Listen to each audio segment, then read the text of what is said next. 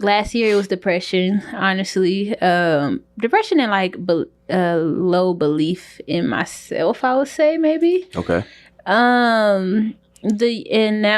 The last year, it's crazy because it was like the longest obstacle, I guess. As far as like, I feel like the obstacle lasted like most of the year. Like I had never been depressed for like a whole year. But after that came like the most success I had ever seen in my business. Yeah. And then the year before that, I want to say last year, I think I was the obstacle. That's real. Yeah, That's real. I was the obstacle.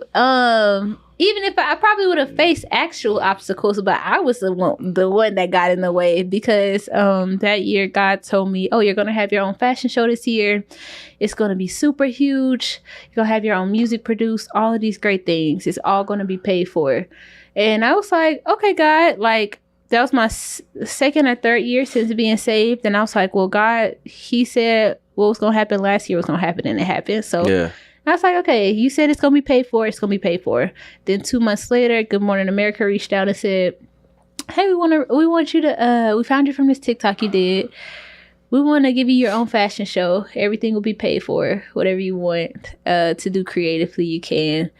And I was like, well, God said it. And so, that happened, but then I got scared. I felt like, I guess, I don't know if you want to say imposter syndrome or whatever, but I was just like, I was afraid of being stressed. I was afraid of not presenting myself like as best as I could, because I was like, this is such a big platform. It's not like it would be, me doing a fashion show with a bunch of other people. It was like, no, this is my show that's going to be on TV that is all centered around me. So I was just nervous about, I think I was so scared of facing the obstacle that would come along with this that I just decided not to do it.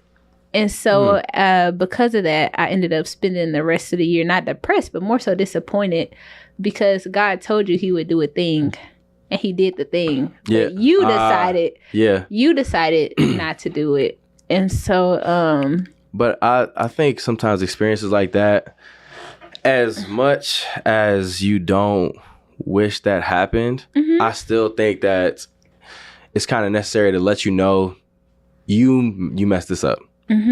How are you going to bounce back from it? Because now that you know what you could have had, you also know how you can make it better next time and what you can fix and improve to make sure that you actually get the result that you do want. Because it's definitely been times where I'm like, I shouldn't have done that, or I messed up. But I have to acknowledge that and actually own that, because when you don't own it, then it'll just happen again. But when you own it, you can make the change. You can be aware and say, okay, this is the part I played. Now that I know that, I can make sure that that doesn't happen again.